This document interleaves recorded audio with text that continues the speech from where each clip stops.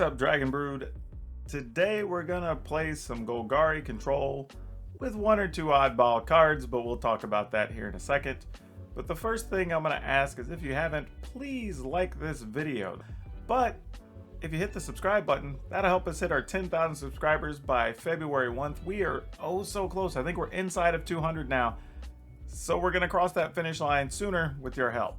Now, one of the other things too is I'm gonna let you know that I'm putting up preview videos every day for all the new cards from Kaldheim. So check those out. I have, I think, 9 of them already, reviewing all the cards that are in the set in more detail. And we're going to be doing a couple of streams coming up soon. So if everybody wants to ask questions about different cards or interactions or possible decks, we're going to do one on YouTube, one on Twitch. We'll have those details coming soon. For now, let's go take a look at this Golgari Control list. Okay, so generally speaking, this list is going to have a lot of the usual suspects. You're not going to be that surprised by a lot of what you see in here. But we're trying out a couple of things. It's the end of the season. Just kind of want to know if a card or two works.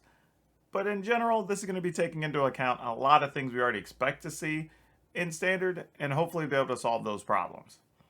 So, taking a look here, we've got 4 Bloodchief's Thirst. Obviously, the best removal card we could be playing. 1 Cling to Dust. Feels a little odd, but we do have a couple other things that have escape, so we're just going to play one of these. 3 Agonizing Remorse. I think this is a card that's been forgotten a little bit. I think people know the card is good, but we've just gotten to the point we're not finding room for it anymore. So we're going to give it a shot in here. Playing 2 Heartless Acts, kind of stack on some of our removal options. 3 Scavenging Ooze, because there's so many things, putting stuff in the graveyard, so many mill decks right now. We're going to see if this makes a difference. 3 Florahedrons, just some extra land if we need it, but it can be a blocker. A couple of Elspeth's Nightmares to pick some creatures off. Murderous Rider, doing double duty between being a lifelinker and actually being able to take out a creature or a planeswalker. Llanowar Visionary, kind of ramping up our mana a little bit, helping us hit our higher cost cards, and giving us a card. Playing Extinction Event, kind of the generic sweeper whenever you're just playing black without access to white or red. Hagra Mauling, again, more land, but a removal card.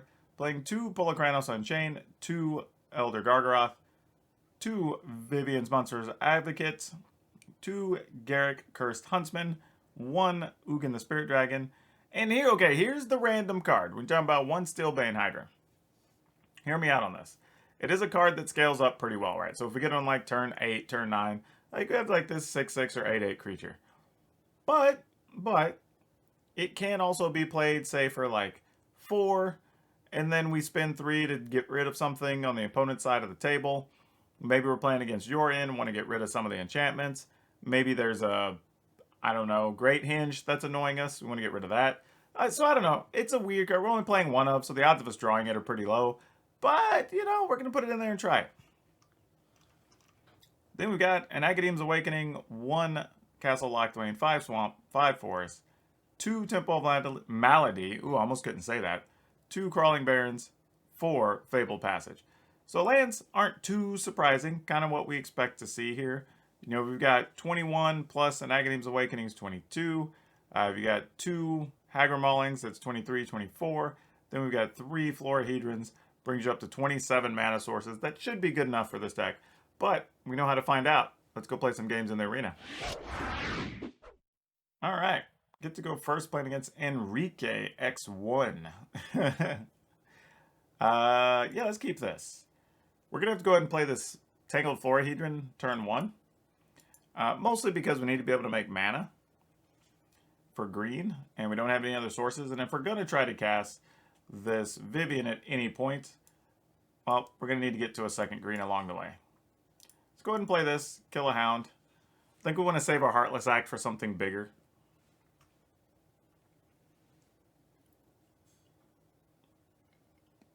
Oh, so they were going to try to get us with Fervent Champ on top of it. I see, opponent. I see you. Let's go ahead and put this in tapped. And we'll pass, I think is what we want to do.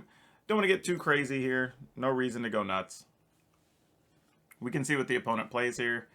I think we're okay taking some incidental damage. Well, okay. Guess we're going to Extinction Event for odd next turn, huh? Alright. So we actually won't use Heartless Act here. We'll go ahead and go down to 18. We'll just take our turn. No need to spend anything. Oh, that's a good pickup too. Let's go ahead and Extinction Event. Call Odd. So that keeps us from having to deal with any tokens, and we still have 3 removal cards and Vivian in hand as soon as we find another green mana. So we're not in bad shape here at all. Well, didn't really want to use this Florahedron that way. But I think we have to put this into play tapped, because if we don't, there's a chance the opponent just kills it, then we don't get to play our Vivian. So I'm going to go ahead and hit them with this. They do get 1 token out of the exchange, but that's okay. Wouldn't be surprised if they, I was going to say, if they have an Embercleave, just play a land and try to Embercleave here. But this sort of makes me feel like they don't have that in hand.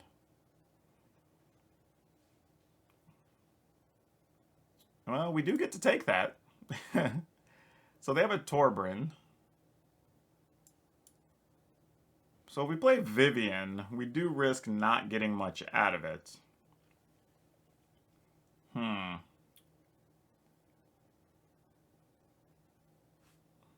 this say non-land? No, it says destroy a creature or planeswalker. That's actually better. So if they do try to activate a Crawling Barrens, we could be alright here. Okay. I'm just thinking they might try to activate Crawling Barrens to get in max damage. So we could Murderous Rider the Crawling Barrens and then just hit Torbran, which could be pretty sweet. Though I have a feeling the opponent has something for us here.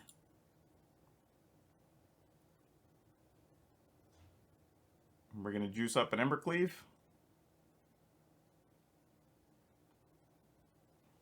Nope, no Embercleave. Alright.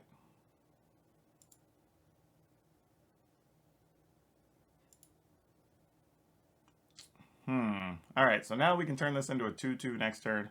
Attack with this for 1, the token for 1. Maybe that. I think we go ahead and kill him anyway. Yeah, I think that's actually what we want to do. I mean, it puts us down to 12, but not the biggest deal here.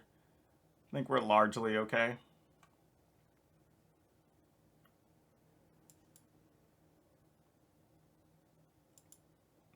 Play this. Give it Vigilance. I think I'm going to hold this, because now next turn we could play both of these and Vivian. Or play this. If we get a land, we could turn the Crawling Barrens into a 2/2.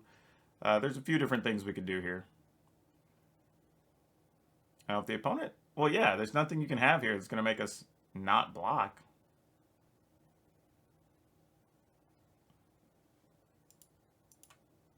Yeah, sure.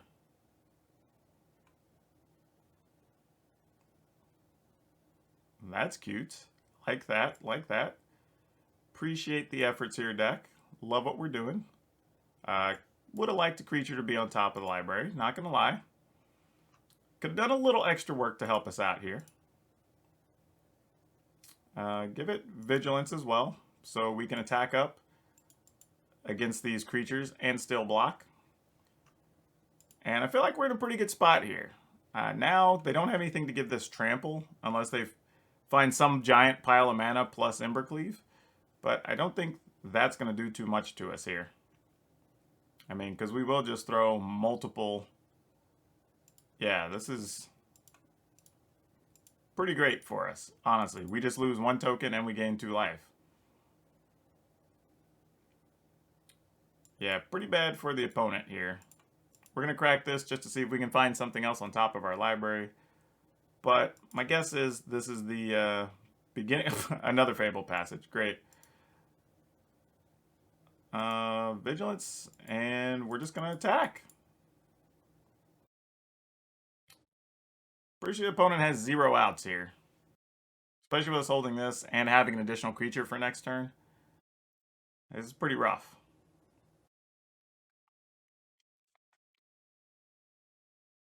I mean, and that's good considering they had a pretty solid start. I mean, look at what all they went through. It was a Hellhound, Fervent Champ, an Axe, then Torbran, and another Anax. Like, so yeah, we held our own pretty well against mono red, so we like that. So now the opponent's sad and we're going to get the sad rope. But that's okay. This is a chance for me to tell y'all, if you haven't, consider going and buying some merchandise. You can get a mug. You can get a PowrDragn mug, or a PowrDragn shirt, or playmats, or stickers.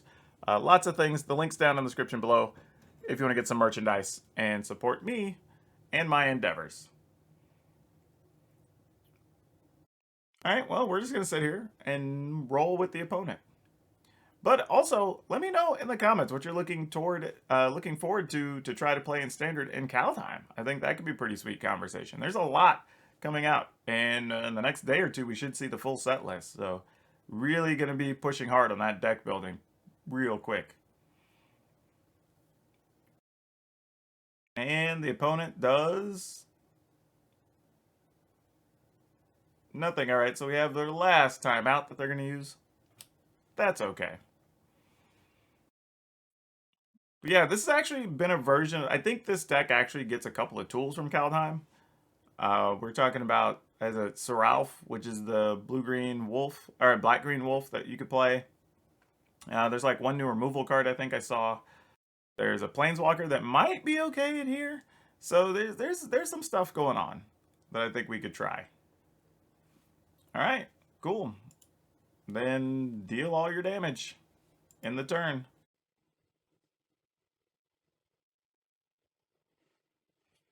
All right. Well, as much as I want to like this hand, I think I have to mulligan. And that's a little better. I will say, too, I mean, I will be careful in saying, like, you know, when people say, oh, well, this deck gets better when you get more pathways or whatever. That's kind of a thing people have been saying for a while now about multiple decks. And the truth is, the pathways still leave you with a choice you have to make.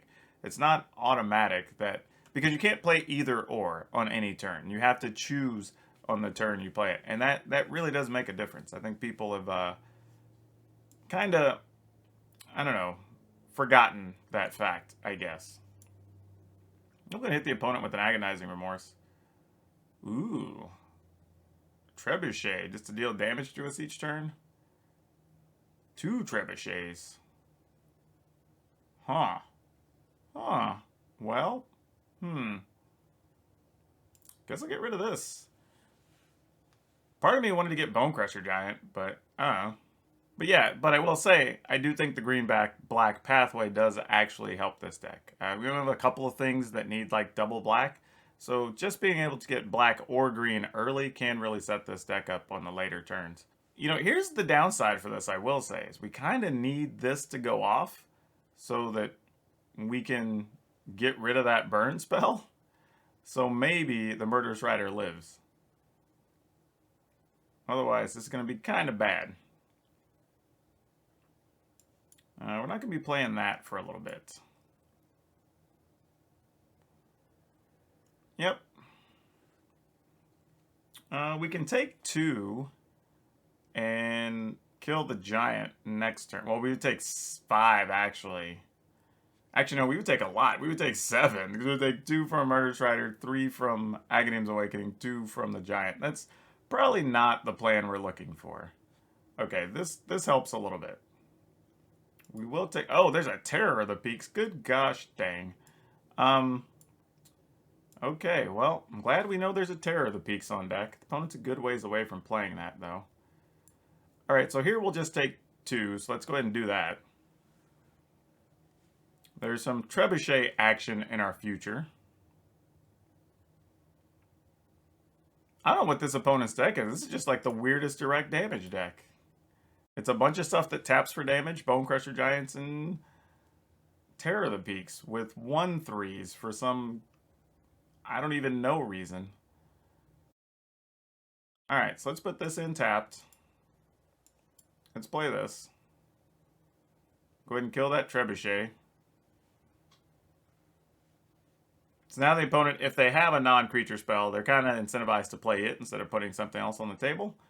And if we can find a green land, we'll be able to play this Garruk and be in pretty dang good shape. Feel good if we can get this on the table. Especially since we have the Elspeth's Nightmare. It's going to guarantee there's not going to be 2 burn spells there for Garruk, which we like.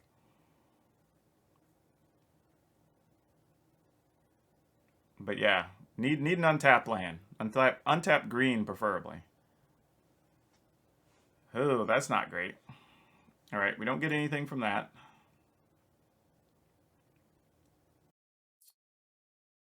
We know it's in the opponent's hand, so the coast is clear as far as that goes.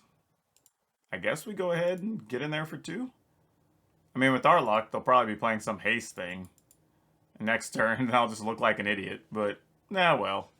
Wouldn't be the first or the last time I'm going to look like an idiot.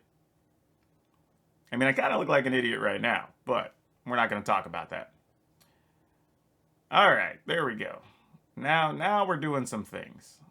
Okay, what damage each opponent? When an item is about to untap it, that's fine. That's nothing we're worried about. Let's go ahead and make us some 2/2s. All right, I have no idea what the opponent was doing here. This is, and I'm not even gonna say the opponent's deck's bad. They may not have got the draw they were aiming for. It's unique and it's interesting, but I don't know what it does totally. It's got a lot of interesting parts. I just don't know what we're trying to work toward. And there may be something obvious here that I'm missing, but it's not. I mean, other than just playing for the incinerator, it's not really coming together for me as a concept, if you know what I'm saying. All right, we are at 9, so we're gonna have to start trying to speed up the clock a little bit here. Yep, I was afraid of that. So this means we may just have to play the Murderous Rider as a creature. Or not, because that thing has trample. Man, this puts us in a spot, really, because going down to 3 is not what we want to do here. Alright. Wow, even going to 4 is a little bit rough. Because if they draw another Slaying Fire, we'd be wrecked. Alright, so we're going to kill this. Draw a card.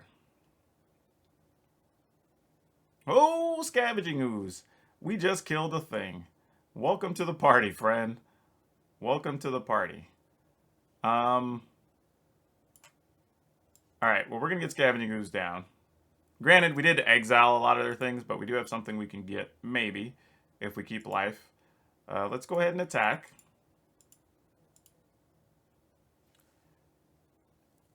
You know what?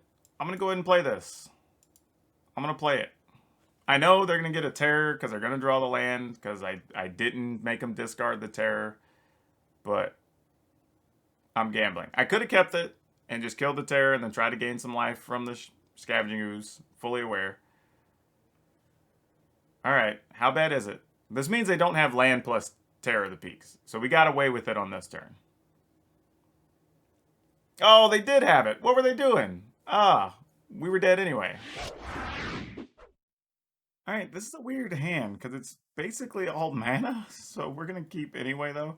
Probably just open with a Temple, and then go from there. I definitely don't think we need a Florahedron at this point. We may even consider putting a Hagramauling in tapped, if it means we have to kill a creature with our Blood Chief's Thirst here. Nope, that's not what we're playing against at all. So here's kind of an interesting idea, right? We can play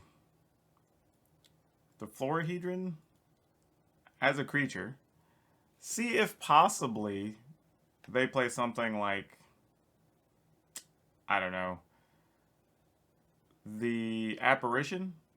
And then if we do find something to kill an Apparition, we would actually be gaining a 2/2 versus a 1/1 in that situation. Now, as it turns out, all irrelevant, didn't matter at all. We didn't draw anything worth a dang here. So the best we can do is this. I guess so. And we'll attack for 1. I mean, it's not really exciting at all. It's kind of lame, actually.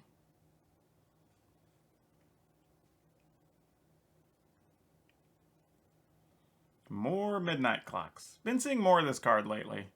A lot of people seem to really be into it, but it's not so much for me. Doesn't really do much for me. Doesn't really get me motivated, I would say. Alright, I guess we'll play the first pull of Kranos. Assume the opponent's going to shatter the sky. We'll try to cast another.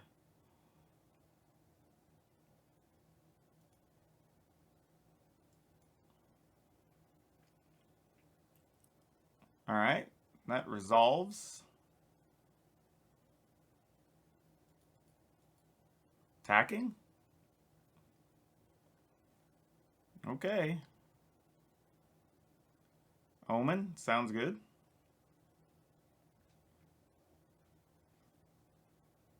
This is a time it would be sick if I could get a Steelbane Hydra and have it resolve. That'd be awesome. Banishing Light, okay. Not too much of a surprise there. Sort of expected it with the cards the opponent's playing. We will sit on that bit of news for a little while. And we'll just work on trying to rebuild a board here. Man, would be sick if we managed to resolve an Ugin the turn before these things set up to go off. I don't think it's going to happen, but it would be nice. Oh, geez. All right, then. I guess we're going to be looking at a Yorion next turn.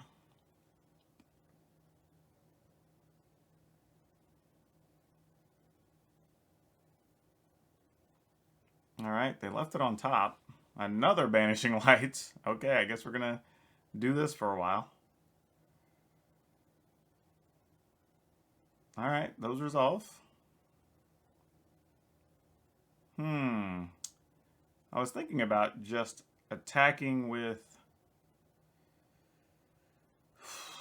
this here, our Crawling Barrens.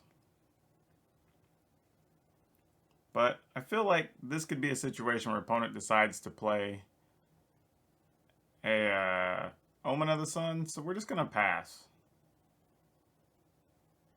Nope, it was another Omen of the Sea. Dang. Well, they did this before we got to pass the turn, so I guess we do get to get in there for one. Oh, they topped both of them? Oh, gosh. It must be another thing to get rid of our Gargaroth.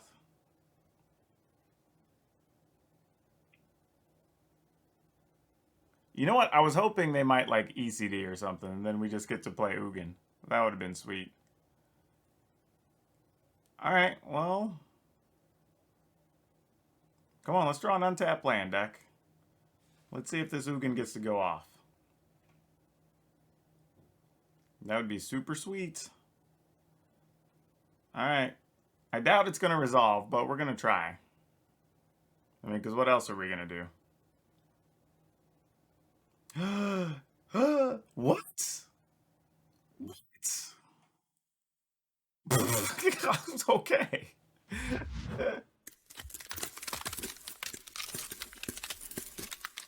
Alright, y'all. I don't even know what to tell you about the games we played today. They were all over the place. I don't even know if they're indicative of the deck. I think the deck's actually pretty reasonable. We just got a bunch of random matchups. This is one of the videos where I actually ended up deleting a lot of the matchups because we played against a bunch of like mono red for some reason, which we hadn't been seeing that much in the ladder. And it's like middle of the month, so I don't know why there's so many. So there was a lot of repeat that I tried to take out, so you weren't just watching the same thing. So, I don't know. This was a weird one. The deck is fine, though. If you like playing Golgari, you like control stuff. I'll probably swap a couple things and put some wilts in there. But otherwise, yeah, go for it. Play it as is. It's actually fine. As far as our card spotlight today, I'm just going to talk about Lotus Petal.